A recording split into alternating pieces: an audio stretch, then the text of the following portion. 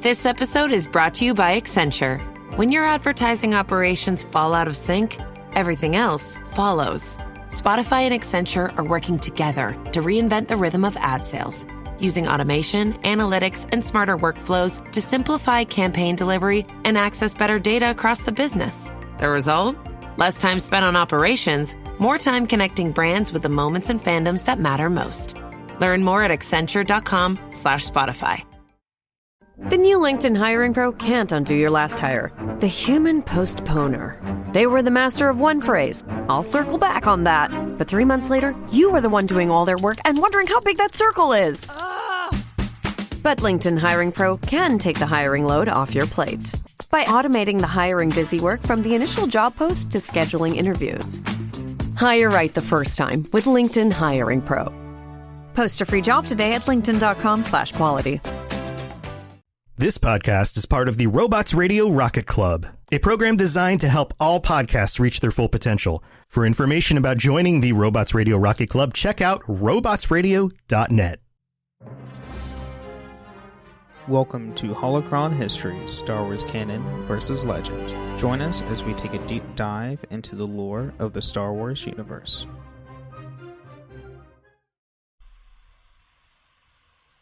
Hello, and welcome to the Holocron Histories podcast, where we talk about Star Wars canon versus legends. I'm one of your hosts, Austin, also known as Teacup. And I am your other host, Ben of Temeria. And we are here to talk about our patron chat, because that is what is going on. This is our monthly patron chat, and we have, of course, with us our patron, Kodojo. How you doing? Hello there. I am doing just fine. Yes. Great. Great to have you here. Thanks for everyone who might join us a little hour later than normal, but we are here and we are live. And if you want to join the live show, if you're listening to this when it releases on Thursday, you can join us live on Tuesdays at 8 p.m. Eastern, 5 p.m. Pacific. But we're here to talk about the High Republic a little bit and to talk about kind of how that leads into our expectations for the Acolyte TV show that is set to release at some point. I know there is a release date. I do not know it off the top of my head. I believe it's June 5th. Yeah. This year. June 5th. So it's a fun fact. Maybe. So we have been promised Dragon Age Dreadwolf news in summer of 2024. So maybe Acolyte will release and we will have Dreadwolf news. Or I'm going to be clowning forever. Who knows? It's BioWare. We don't know. I just hope we don't have to pull any data from the other three games, because I don't have any of that anymore.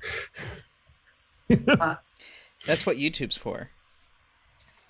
Odds are, considering that the Dragon Age Keep is still active, I would not be surprised if they allow that to be import data.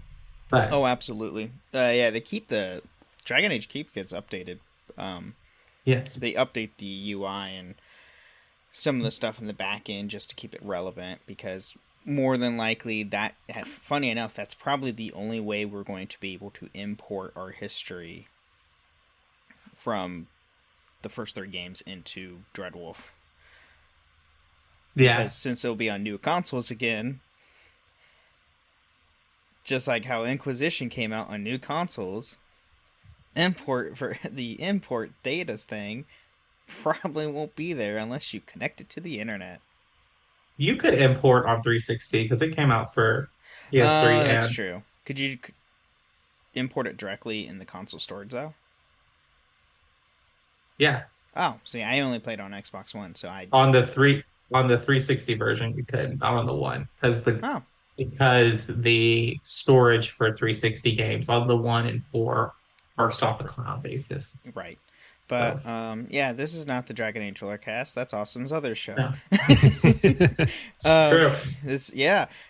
But in gaming news, we did get an awesome announcement this past week. And if you haven't heard, Star Wars Battlefront, the original classics, are getting remastered and being put on literally every console.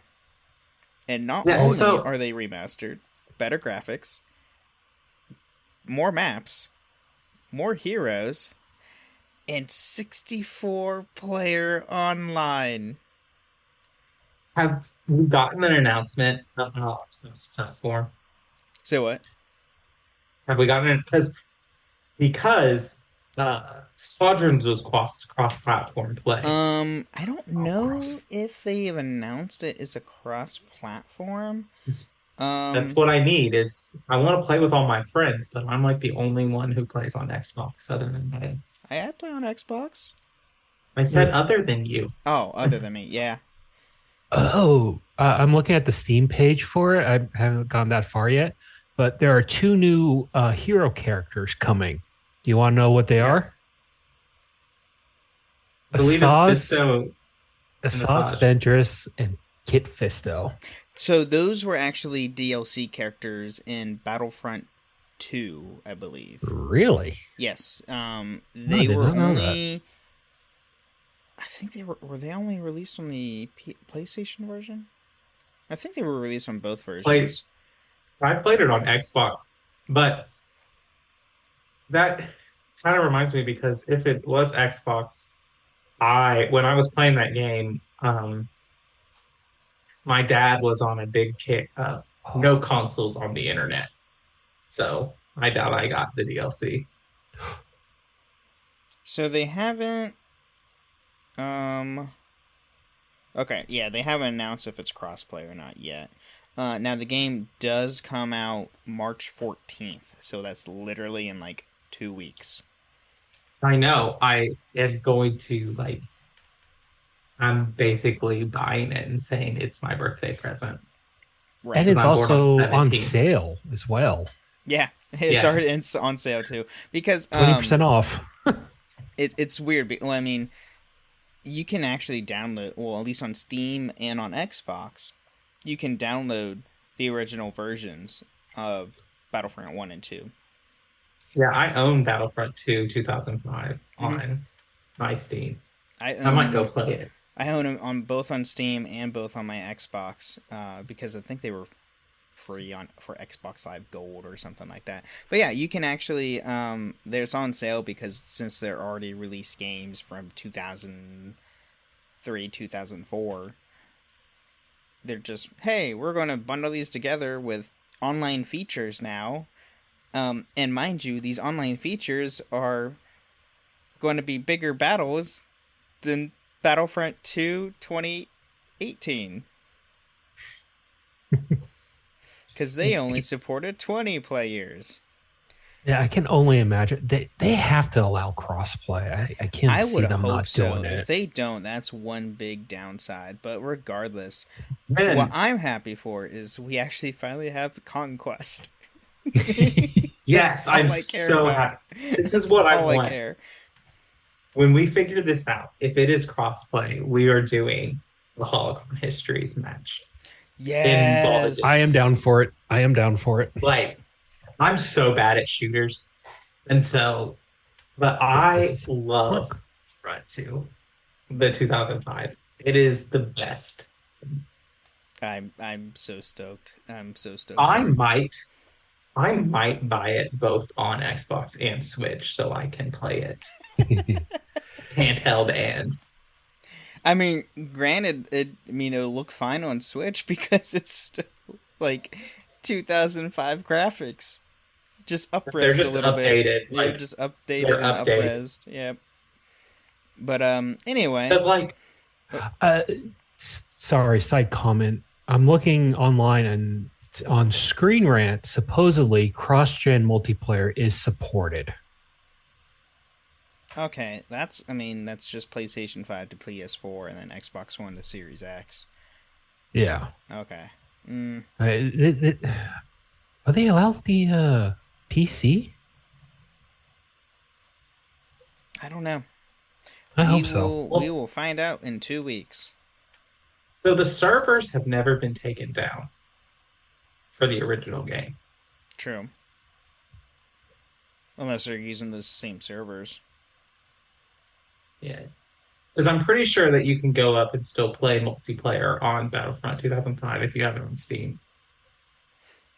Yes, I believe you can still play on PC, just not on console. Like Xbox, I don't think you can play multiplayer. I'm gonna go download it right now and find out. But anyway, yeah. So High Republic. Yes, exactly. We are here for High the Republic. High Republic. We're doing a recap and Acolyte predictions, which I can't tell you how excited I am for Acolyte because I love the High Republic series so far. What they've been doing with it. With all the books, all the comics, the characters are great, and it's not in the Skywalker saga. Yay! It's something before and brand new content. We never had this content in Legends, and is so far the closest we've been to Old Republic, without getting Old Republic yet. So much hope. Yeah, oh my god, yes. But anyway, like High Republic, if you haven't read it, go read the series. There's a ton of books out for it now. It is current in its third phase. There's a bunch of comics, a bunch of novels, novels. Audio drama as well. Audio drama. Phase 1, I think. Phase 2, actually. Phase... Battle of Jeddah was phase 2, along with... Oh, shoot, I can't remember the novel that took place right before it. There's an audio drama in phase 1 as well. Yeah, it was focused on one of the Tempest runners. Oh, you know what? You're right. That's about Lorna D, and I actually haven't listened to that one. Yeah, I completely forgot about that. Full audio drama, no narrating or anything. It's just a full audio drama. It's so good. Yes, if you get a chance. Most libraries have these audiobooks that you can loan out for like 14 days. Most of them are anywhere between like 14 hours to as low as maybe 6 hours. Mm-hmm. Go listen to them. Audio production is so good. The narrators and the voices that just narrate the regular novels do a very good job as well. And best thing about the Star Wars, so all the High Republic novels have sound effects. So it's just not some person reading. They have sound effects in the background, blaster fire, saber clashes, and everything, as you hear in the films. It's really good. But anyway, top quality. So it is.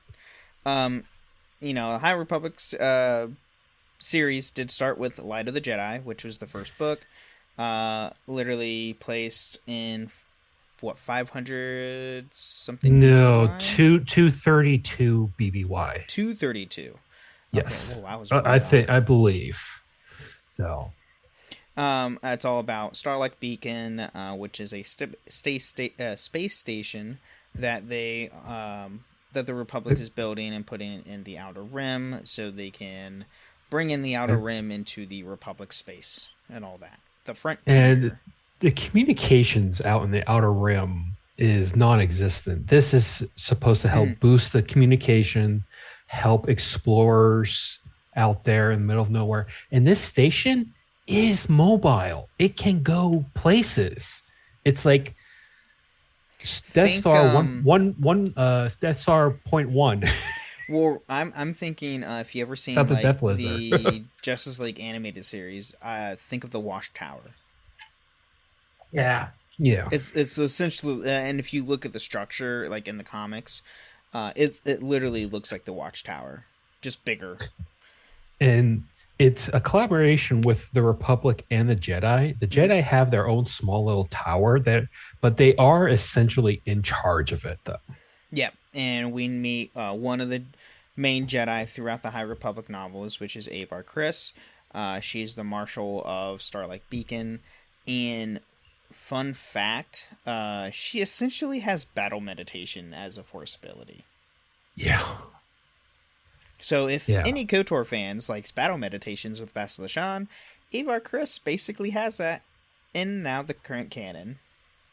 Yeah. Right. And she's technically the second Marshal of Starlight Beacon, because the first one died in a battle with the Nihil.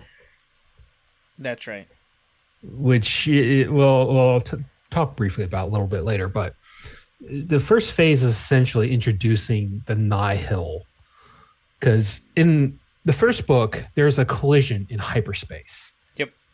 Between two ships. This never happens. Nope. This never happens. This is the first time this has happened. And spoiler alert, this was done on purpose by the main bad guy. And hyperspace is still an unknown phenomenon in the Star Wars universe. And how he managed to do this is largely unknown until about the end of the first phase. Correct. Yeah. The main antagonist throughout the High Republic, his name is Marchion Ro. He is a Neverarian, I believe. I think so. Yeah. Yes, Neverarian, and which is I think it's a new alien species, if I recall. Yeah, it kind of looks like a blue-skinned, almost like a chiss, but not a chiss. Right. As it were. But he's like full-on decked out in armor, and most of the Nihil are decked out in some sort of armor and spacesuits and everything. Scrap armor. Yeah, to make them look more menacing. They're literally, essentially, pirates throughout the galaxy. They're a well-organized group. Yes. The Marchion Ro is called the Eye of the Nihil, the center of the storm that they call themselves. Mm-hmm. And below him are 3 Tempest Runners that control, like, essentially 3 small armadas of pirate fleets. And they all have these jagged stripe lines, and they're essentially, basically gangs gone really wild. They're always strung out on drugs, always raiding, and they have a central mobile base called the Electric Gaze. Yep. And that's their main base. But there's always this contention between the Eye and the Tempest Runners.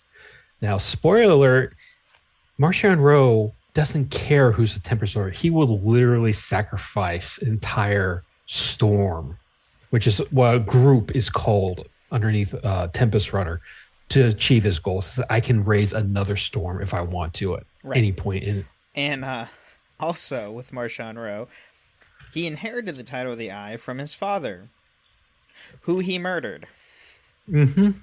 And he inherited that title from his mother, who he murdered as well. Yeah. Yeah, it's what a wonderful family. It's great. I love family drama. Don't you love it in the Star Wars universe? What Star Wars is built on. Oh, exactly. But yeah, so the Republic builds Starlight Beacon. It's out going around helping the frontier, connecting it to the Republic, which is what will be known as the Outer Rim. Yeah. And the collision that we mentioned with so there was a collision between a commercial civilian cargo vessel and then a Nihil ship. Yeah. When that happens, and they hit each other while in hyperspace. So when that happens, the debris also is in hyperspace and is now pumping out of places throughout the entire galaxy, causing massive destruction, and to where essentially a giant piece of said cargo ship heads to the planet of Hensal,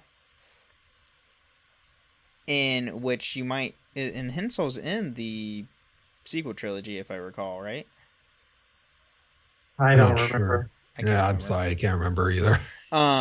But a giant piece of the ship goes to Hensal, trying to emerge, and they call all these pieces emergences, and they're trying to, the Jedi and the Republic are trying to cooperate and help each other and try to coordinate to find these emergencies before they hit anything and destroy them while in space, or if they're people that are in the emergencies, because that's another thing. Happened. That is another thing that happened. Some people were in cargos and are literally going through hyperspace and dropping out at completely different points where they were at and possibly could die. They eventually figure out a massive interworking hyperspace computers working together to figure out where these pieces are coming out. What was it, 10,000 droids or something stupid like that? Yeah, navigation droids. It was like They're on planet, and all of them were overheating, and the Jedi create a rainstorm to cool these computers down. Mm-hmm. Which is like, one, interesting they can create rainstorm, by the way, right. Jedi. And two, now they have all the information to figure out where all these emergencies is. After about 3 predictions, they say, okay, these computer models are right. We can do whatever. Now we just need to go out, see if there are people on there, and see if it's going to be a disaster. Yep. If it's not a disaster, just leave it alone. If there's people on there, we're going to help. Right. So, yeah, this giant piece heads out to Henshaw, and it's such a big piece that if it collides with the planet is basically destroyed. So, the Jedi... Oh, go on, Austin. I can't believe you all have left out the most important thing, which is that we get the most annoying phrase that has ever existed in Star Wars. For light and life. Well, that, and we are the Republic. Oh, we are the Republic. Yeah, a little. I got so tired of hearing that phrase throughout that book. Now, it does start, when you keep going with the books, it does start paring down to where they don't say it every 5 seconds. And, like, you hear light and life from the Jedi when they're about to go into, like, dangerous battles that they probably could die. But, anyway, all these... Once they predicted this, the Henshaw disaster and everything, which is called the Great Emergence and or Great Disaster, Avar Kriss takes all these Jedi, and literally go to where the emergence happens, and connects them all through the Force with essentially battle and meditation, to literally stop the giant piece to hit Henshaw. Yeah. She even detects Yoda helping, and he's MIA somewhere. Right. And that's all like the first half of the first book. Pretty much. Yeah, pretty much. That's the entire first book, by the way, people. Yeah. So, and it just gets even more into that. A lot of stuff happens in Phase 1. You get really cool Jedi. You get the Republic Fair in the second set of books. Or is that in Phase 2? No, that's in Phase 1, but there's like 3 sets of books in Phase 1. True. First set of books is The Great Disaster. Second book is the Republic Fair, where the Nihil just openly attack the Republic en masse. And then, sorry. And for like people who might not have read the books, but are more in like the mainstream media, like the High Republic Jedi from Centauri, Kryze, and the other one, Dagon. Oh, yep. They are like the Nihil are the ones who attack, not Kobo, but Tanalorr. Tanalorr, yes. And we get that vision of the Nihil attacking, and you get the summary when you see the vision, the Nihil. And I was like, oh, High Republic. And you could tell, like, you know, Dagon is literally wearing High Republic robes because they're more fancy looking. But yeah, and we meet a bunch of cool other Jedi. We meet Bel Zettifar. We meet Buryaga, who is a Wookiee Jedi, who is awesome and is fantastic, and he shall never die. Knock on wood, later. I hope not. He's in Phase 3. I will just say that out. We finally, like, at the end of Phase 2, we didn't know if he was dead or alive. Phase 3, he's not dead. So thank God for that. We meet Elzar Mann, who we have mentioned on the podcast previously. We meet Stellan Gios, who actually has a crossguard saber. And Stellan Gios, his crossguard actually makes legitimate sense because they're actual metal bars that are on his saber where the 2 exhaust ports for the crossguard happen. Yeah, it connects them. Yeah, but there's a metal piece under the actual, like, blade saber, or the saber itself. Proper protection. Yeah, so you don't slip your hand and actually cut yourself. So there's that. And you also meet Venestra Rowe. So her last name's Rowe, right? No. Venestra. It's Venestra. Where's her first name? Who I've mentioned before on the podcast. Who her lightsaber, she makes a configuration of it to where it's a light whip. Oh, right. And she's making an appearance in Acolyte. Yay. So I get to see fan favorite characters I love in the books on the show. It's great. And then phase 2, it's a lot of backstory. Well, and end of phase 1 ends in the destruction of Starlight Beacon. True. Yeah. Is that phase 1? Yeah, end of phase 1, Starlight Beacon gets destroyed. And during this entire phase 1, they're trying to introduce this creature called the Nameless, which literally sucks the force out of people, especially Jedi. And it leaves them in a ashy pile mess. Ash husk. They become a husk.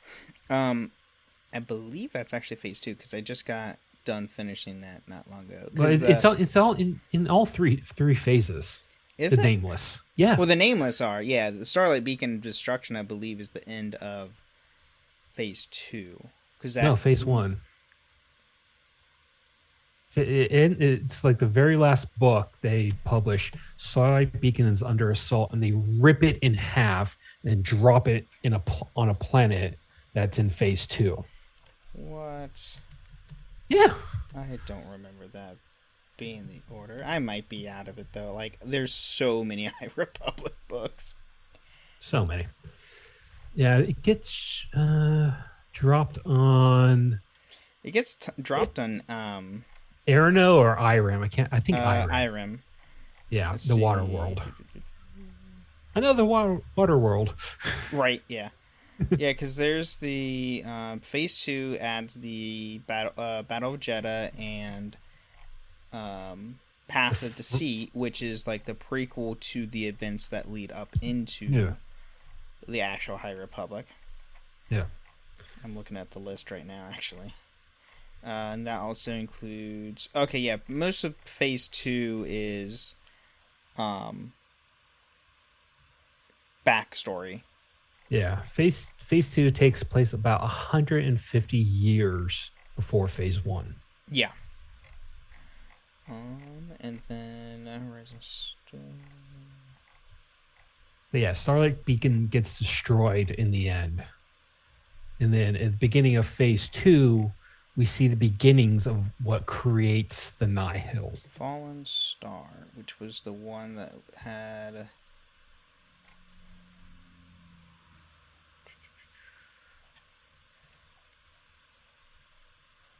That doesn't tell me what phase it's in. Well, Fallen Star is the book that is the one where the Starlight Beacon falls. And then there are about like dozen of subplots crisscrossing. Oh yeah, across all the because you books. have all the young novel books and then the kid books that all crisscross with another. I will say the young adult novels are as good as the standard novel, as the adult novels. I will say that. Oh yeah. And then phase 2 begins with a force group called the Path of the Open Hand, who say you shouldn't use the force. There is a balance. If you use the force to save someone here, the force is going to kill somebody over there. Yeah. So, like, essentially equivalent exchange. Yeah. And they're being led by a person called the Mother.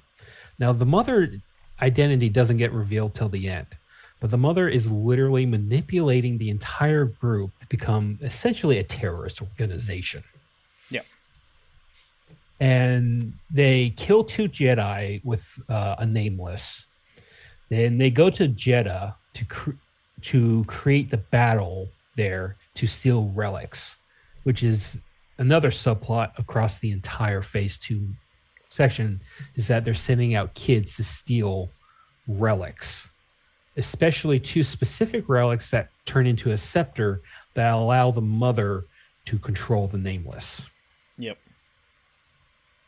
And one of these kids or not one of the kids to steal it, but one of the kids in the path is Marcia and Rose's ancestor.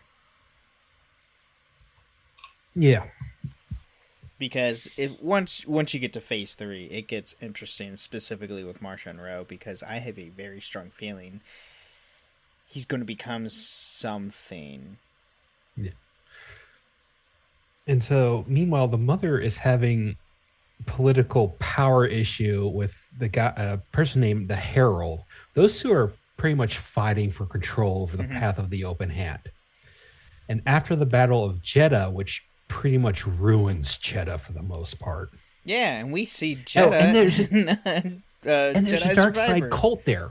There's a dark side cult in Jeddah. Yep, because in Jeddah there's a Force conclave. that accepts all people who worship the Force, even if it's not like specifically Jedi, but it could be a bunch of different religions specifically dealing with the Force. Actually, they almost tried to kick the Jedi out of Jeddah because they all saw the Jedi as, military presence, right, as it were. That's true. But yeah, and also, but one of the bigger plots of Phase 2 is the forever war between Arano and Iram. Yep. Which are two planets in the same system that share the same moon. Yep. And they're literally trying to destroy each other. And and the Republic and Jedi are trying to get them to have peace, essentially. And the Battle of Jeddah is sparked when the peace treaty to be signed on Jeddah just explodes for some reason. There's like fanatics like, blame the Jedi for the Everwar. Why? Yeah, a lot happens. But yeah, phase 2 is essentially you get a lot. It's more backstory than anything. Yeah. And then also we forgot to mention in phase 1, we also, before we got the Nameless, we got the Dringir. Oh, which wow, are that was a big. That's more comic book than anything, really. It is. They do show up in the book. They first appeared in the book before the comics. But they're essentially sentient trees that spread like wildfire and literally devour anything in their path and kill things. That's essentially all you need. But yeah. Second version of meat's back on the menu, boys. Right. Right. So, but that's like that's a really good summary of phase 1 and phase 2. Phase 3, we just only have one book so far in phase 3, as well as like a little bit of the comics. But mainly just the main book, which we can get into after the mid-break, why we also will have predictions with Acolyte. Do you have something to add, Austin, before we go to the mid-break? Okay. This episode is brought to you by State Farm. Listening to this podcast instead of doom scrolling? Smart move. Another smart move? Getting help from one of State Farm's 19,000 local agents when you choose to bundle home and auto. Bundling, just another way to save with the Personal Price Plan. Prices are based on rating plans that vary by state. Coverage options are selected by the customer. Availability, amount of discounts and savings, and eligibility vary by state. This summer, say I do. I am marrying a stranger. Like never before. Am I crazy? It's a whole new Married at First Sight on Peacock. Thank God I woke up in love. With new experts. My name is Dr. Lisa. My name is Paul Brunson. More couples. This could be the start of a very successful marriage. And more surprises. Or maybe not. Everything is just not enough. You're a little bit crazy. I don't know what's going to happen. I want my fairy tale ending. Married at First Sight, now streaming. New episodes Thursdays, only on Peacock.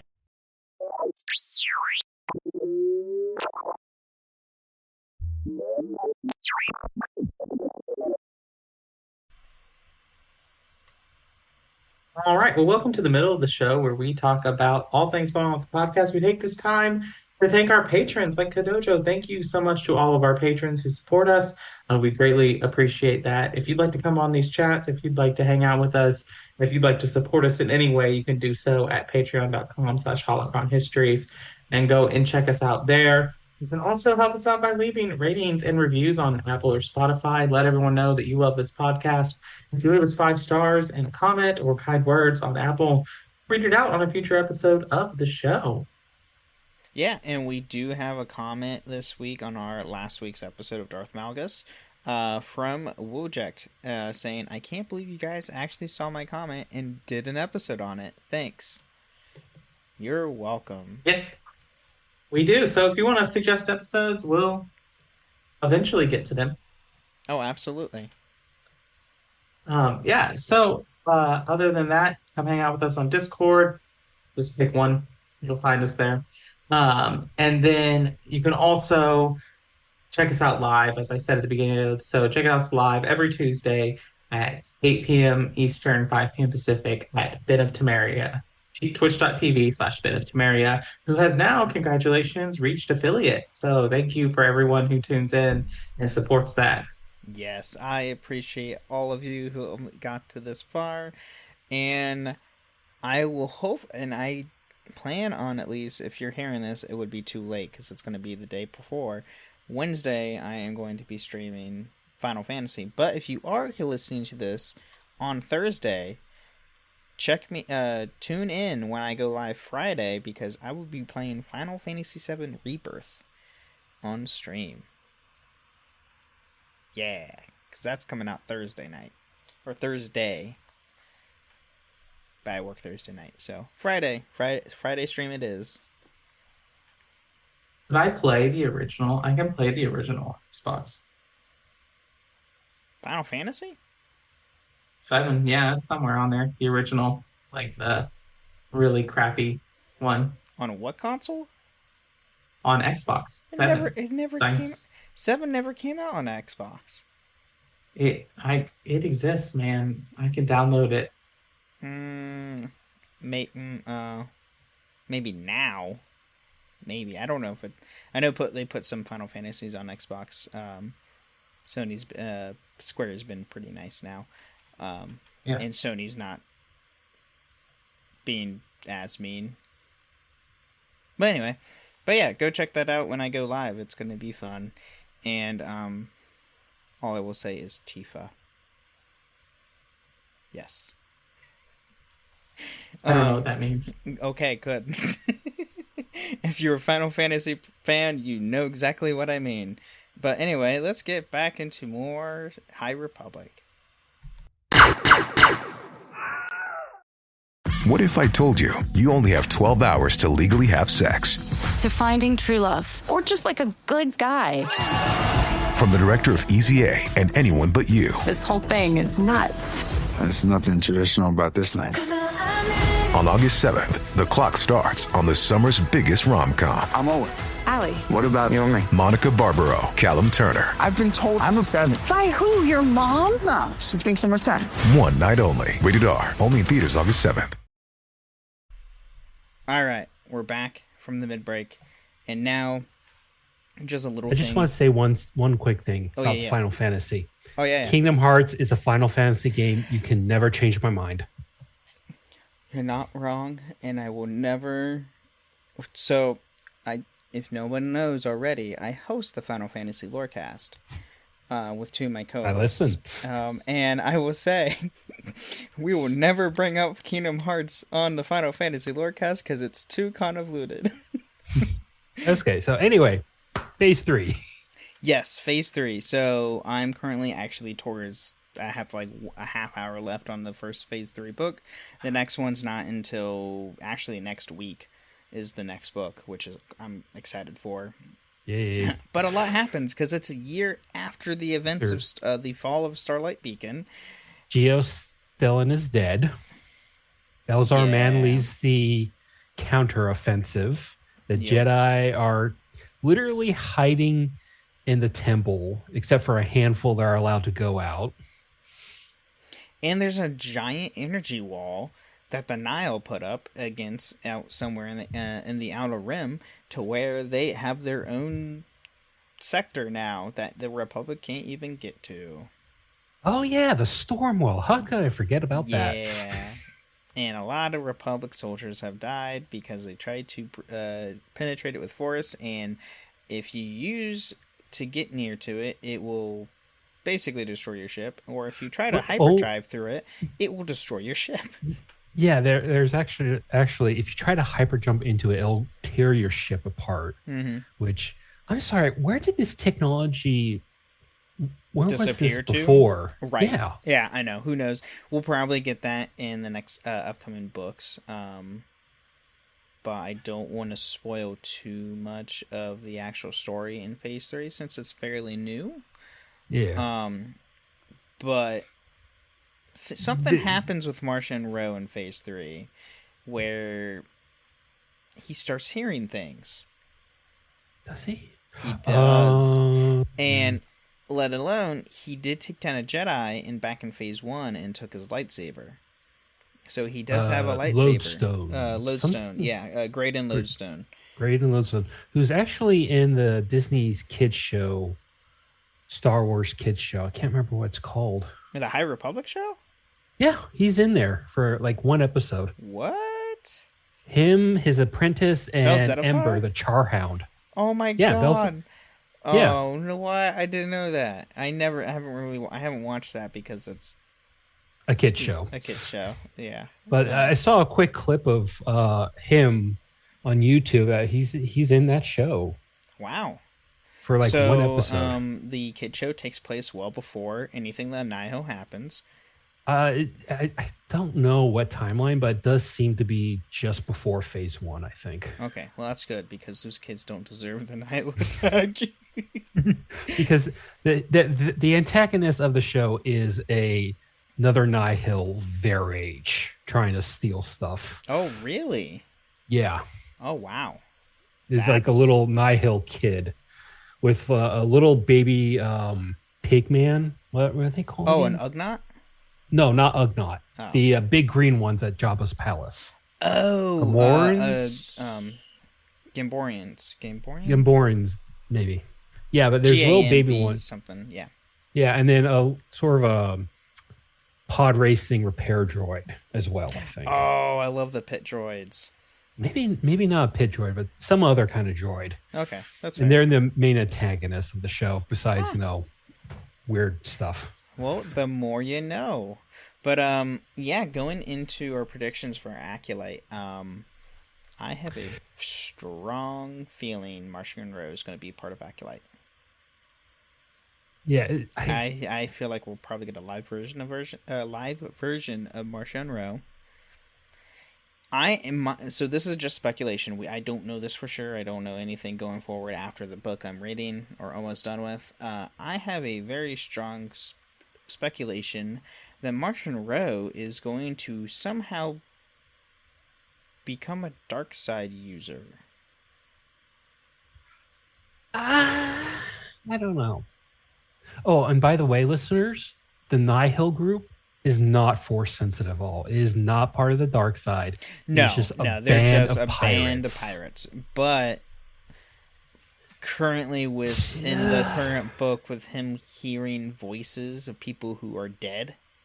He could just be going nuts. I mean, that's also true. But if you also remember back in Phase 1, he utilized a woman who was force sensitive because that's how they got their paths. Mm-hmm. So, yeah. And she had some relation to the Rowe family. No, she was... She was part of a family, I think, who lived on Naboo. Oh, no, that's right. She was she was from a family that they kidnapped her because... Like 100 years before. Yeah, that's right. And they kept her alive for so long because she can see the paths and whatnot, which... Yeah, she's got a weird... Force sensitive ability just to be able to path hyperspace lanes. Yeah, it's weird. It's weird. But anyway, I don't know. Obviously, Acolyte's going to deal with something with the dark side, with a Sith or someone coming up, learning about the Sith or something. I would love the first episode just to be a small comedy of a Sith just, drinking their morning caf, turning on the Republic news, and just seeing the Republic in disarray. And it's just like, what the hell? We've been planning for 800 years, and these guys did it in 10 minutes. Right? Why? Yeah. That's why Sidious doesn't do anything, really. He just lets them do it to themselves. Yeah.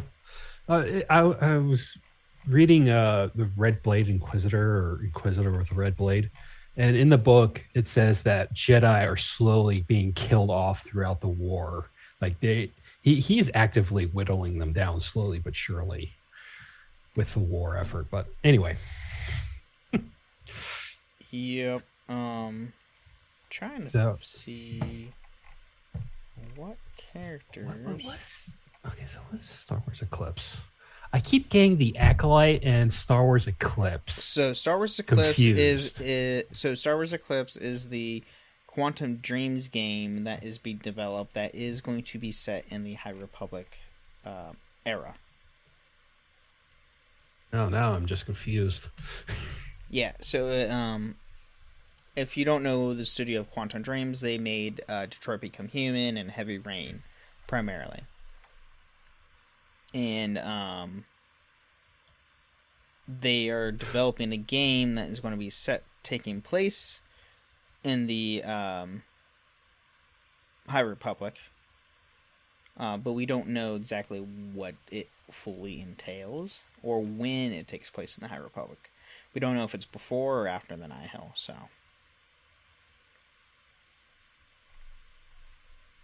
Yeah. So, yeah, the Acolyte, I can only see them, the Sith, just trying to figure out what to make of this situation and how to benefit from it. Because one of the biggest things of the Sith is slowly growing in power and adapting to the changing times. Mm-hmm. I wonder if they're going to use this opportunity to study the Jedi and see how they respond to things. Mm-hmm. So as far as characters for Acolyte, we have 2 named characters as far as of right now. We have Vernestra Rowe, Jedi Knight Prodigy, and Rowe as an RWOH, where Rowe for Martian Rowe is RO. Just 2 different spellings, and they're separate. They're not related whatsoever. And then we have Kaneka, who's a Wookiee Jedi Master, and fun fact, Jonas Sutamo, who actually played Chewbacca in the sequel trilogy films and Solo, is playing this Wookiee Jedi Master. It's going to be the same actor who played Chewbacca in the current stuff, because they need someone who's 7 feet, and we don't have a lot of people who are 7 feet. I don't know. Just go look at the NBA. I'm sure they can find something. True, but anyway. But yeah, I'm curious where they're going to go. I'm just excited to see Vernestra. Honestly, I'm really happy they're going to bring her into the show. And then I'm happy just to see another Jedi Wookiee. Yeah. Now I'm looking at 2 different things here. If Acolyte takes place at the end of the High Republic and it has Vernestra Rowe in it. Mm-hmm. I'm looking at 2. One, Phase 3 is supposed to end around 2020 BBY. And supposedly Acolyte is only supposed to take place like 100 years before Episode 1. So we don't know when exactly the High Republic era actually truly ends right now, since it's still being developed. We don't know if it's actually 20 BBY. As far as we know, it could be 100 BBY when it ends. We just don't know.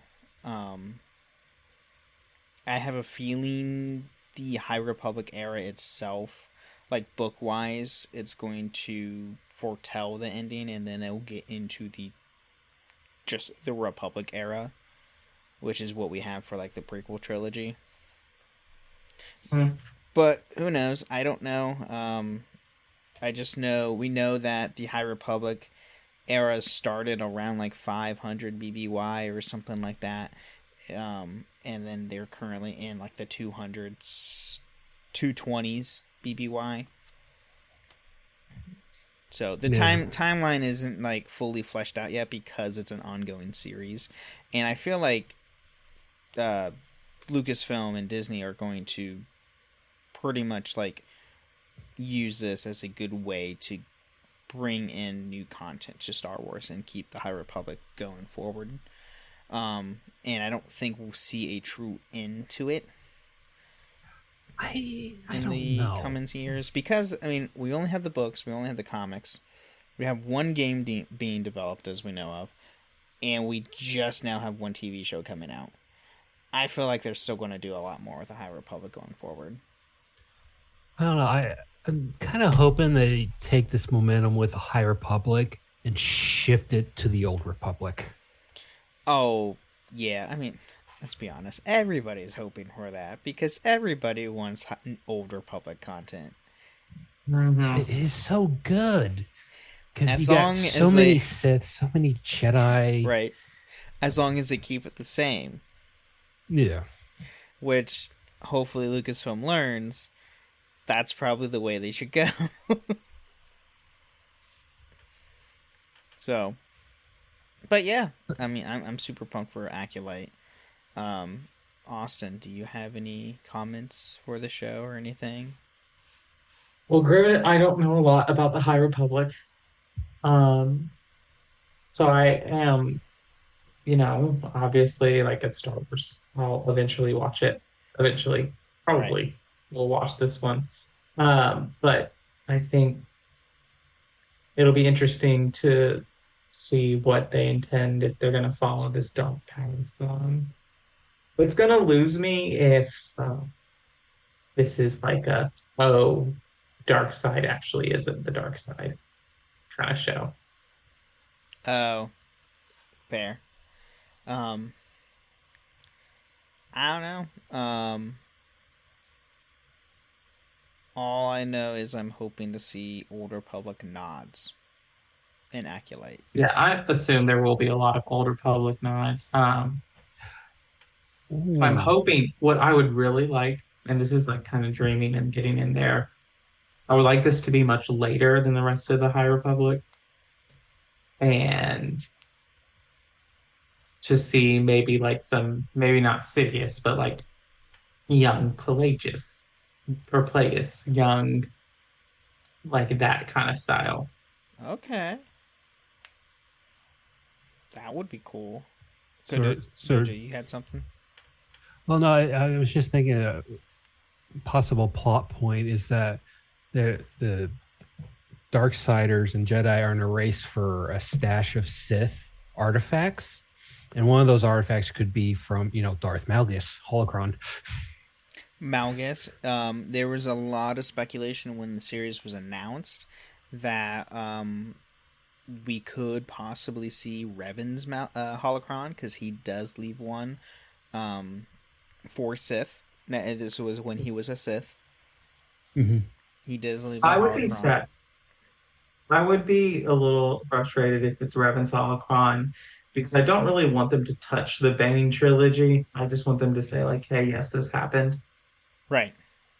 Yeah. And I'm pretty sure Bane either loses Revan's holocron and doesn't pass it down, or it's destroyed. I can't remember exactly what happens in the story. True, but we also don't have a canonical version of Bane's story yet, have we? No, we just know that he exists. Okay. Yeah. And yeah, thanks to Star Wars Clone Wars, because we actually see Bane, who is voiced by none other than Mark Hamill. Who he actually... Fun fact, Mark Hamill actually got nominated just by doing that one voice. He got nominated for an award, and he's like, "Oh, for Star Wars." He's like, "Oh, cool." Like, I mean, I voiced something, or he got nominated for a voice, and it's like, "Oh, cool," like Joker or something. And it's like, "No, Star Wars." It's like, Star Wars. And it's like, "Yeah, Darth Bane." And it's like, I did that for one episode. It's like, what? But, yeah. But yeah, because in Legends, Palpatine had a fascination with Malgus. He viewed Malgus as a perfect apprentice. Yep. Which we did go over a bit So last funny. week. That's so funny to me. But yeah, I mean, it would be cool if they pull in Malgus. I don't think they will, because I mean, who knows? SWTOR is still an ongoing game. It's still getting updates. It's still getting content. I don't know if they'll bring any of the characters from the SWTOR era into canon. But if anything, we'll probably see something, hopefully like a nod to Revan or a nod to Bane or something, a nod to the Old Republic as a whole, saying like, specifically with like the Sith Empire. It'll be interesting because I would be interested in a nod to Bane in such a way, like if this is like an acolyte of like Sith training or something like that, and nogging and being like, yeah, this rule two exists when the Old Republic ended, when Bane destroyed everything. Mm-hmm.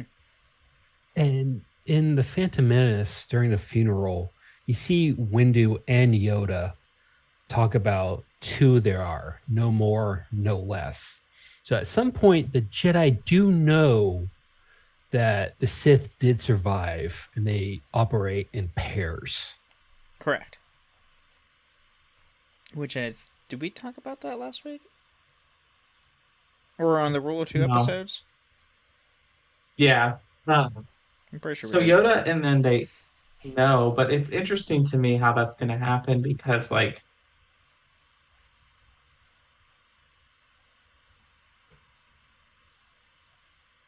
it's interesting because, like, the Rule of Two has existed in other iterations before Bane. It's just like there's always been the idea that a master supplants the apprentice. Like Revan is the one who really kind of develops that idea more in there, and like the way of the Sith of betrayal and taking and seizing power. The problem that Bane sees is like with the Brotherhood of, I think they call it the Brotherhood of Darkness. Mm-hmm. And they're like, oh, we're all equal, and they just end up fighting and grabbing power. Yeah.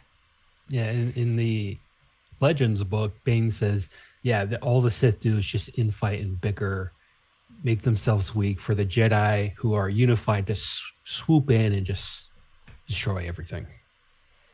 Yep. That's exactly right and completely true. Just have to wait for them to implode. Yep, pretty much. So, yeah, I mean... Literally. Yeah, literally, yeah, that's true. But yeah, I mean, it'll be interesting. I'm excited for the new show. I'm excited to see something that's not in the Skywalker saga. Now, I do want to remind people we did get KOTOR mentions in the Ahsoka show. Specifically, like, hey, basically that, hey, this giant star map is a star map. Hey, these droids, yeah, they're HK series, by the way. We do know that the droids that Ahsoka fights at the very beginning of Episode 1 are HK series, which are the series of droids is one of your companions throughout the KOTOR and SWTOR games. Best droid. Yeah. Oh, absolutely.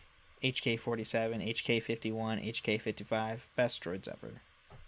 HK-55. Statement master. I will obliterate them. Hey, turn these meat bags into blood bags. Even those, and this is a spoiler for SWTOR, HK-55 does get destroyed. But you do get... Is it HK-51? No, it's HK-51, I thought. That gets destroyed.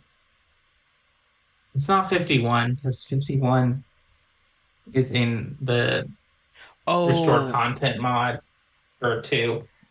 No. 51 is a companion in SWTOR. That's right. It's in the Sector X. Is 51. 55 is through the Knights of the Fallen Empire. He does get destroyed, but then you can buy a add-on through the cartel market to do to unlock to reboot him and bring him back as a companion permanently. It's great, and you can play as him too in a specific mission. It's great because you actually encounter the head of HK-47, and HK-51 has a conversation with HK-47. It's great. It's hysterical. Like I want to say like chapter 2 or chapter 3 of Eternal Empire, like the first Eternal Empire expansion. Mm-hmm. there's a scene where they're trying to repair the graveyard ship, and you got the HK droid out there just patrolling. He comes across a little swamp rat, and he just it's just like a 30-second montage of just him trying to kill this little rat. Oh my god, it's great. I love the cutscenes in SWTOR. It's like, it was only missing the Benny Hill music. Oh my god, it's so great. I love HK. I love all the HKs. I also love the T series. The T series is great too. Can't go wrong with T3 or T7. But do we have any final notes for the High Republic stuff or Acolyte?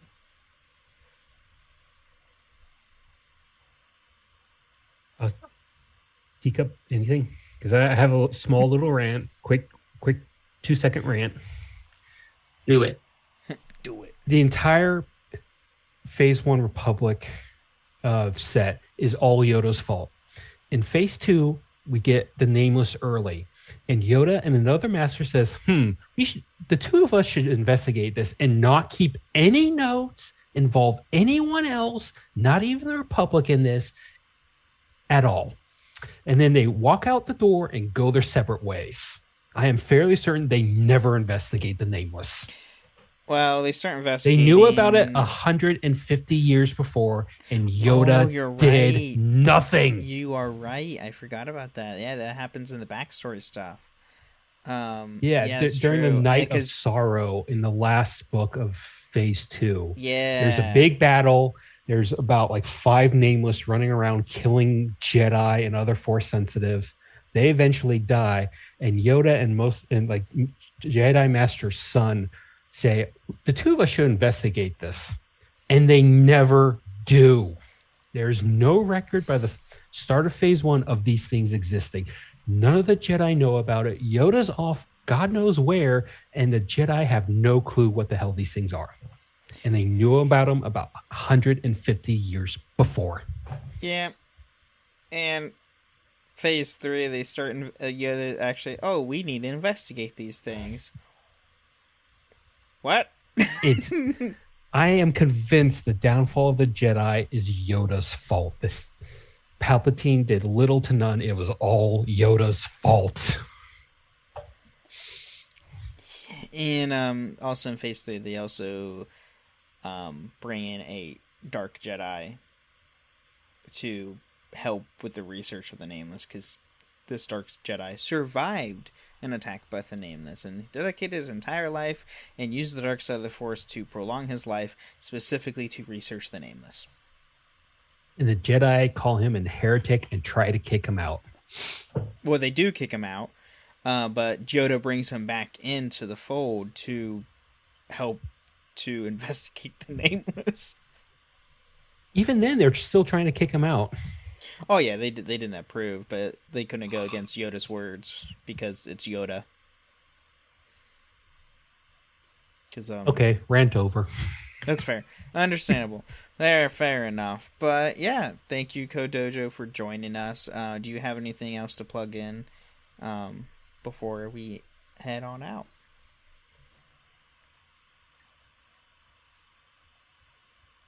No?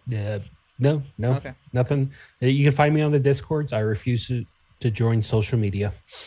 Understandable. That is perfectly fair. I use social media for these shows and for cosplay stuff, but that's basically it. It's okay. You're not alone. Well, thank you, Kodojo, for being here and bringing all your High Republic knowledge and all of that. It was great to hear. Thank you all for listening to the Holocron Histories podcast. We'll see you next time. And may the Force be with you.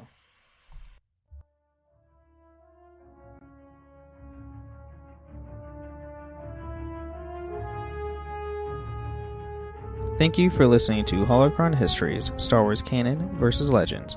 You can find us on the Robots Radio Discord at robotsradio.net, the Ben and Friends Podcast on Discord, and even at the Cups Podcast and More Discord. You can find us on Twitter at SWHoloHistories, and even email us at holocronhistories@gmail.com.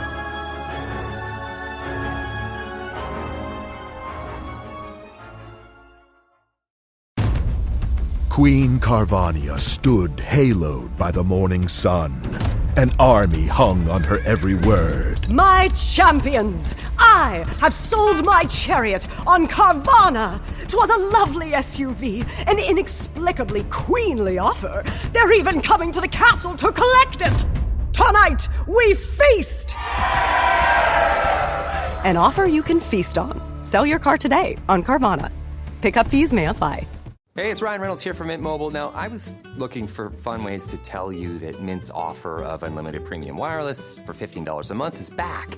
So I thought it would be fun if we made $15 bills. But it turns out that's very illegal. So there goes my big idea for the commercial. Give it a try at mintmobile.com/switch. Upfront payment of $45 for 3 months, $90 for 6 months, or $180 for 12-month plan required. $15 per month equivalent. Taxes and fees extra. Initial plan term only. Greater than 50 gigabytes may slow when network is busy. See terms.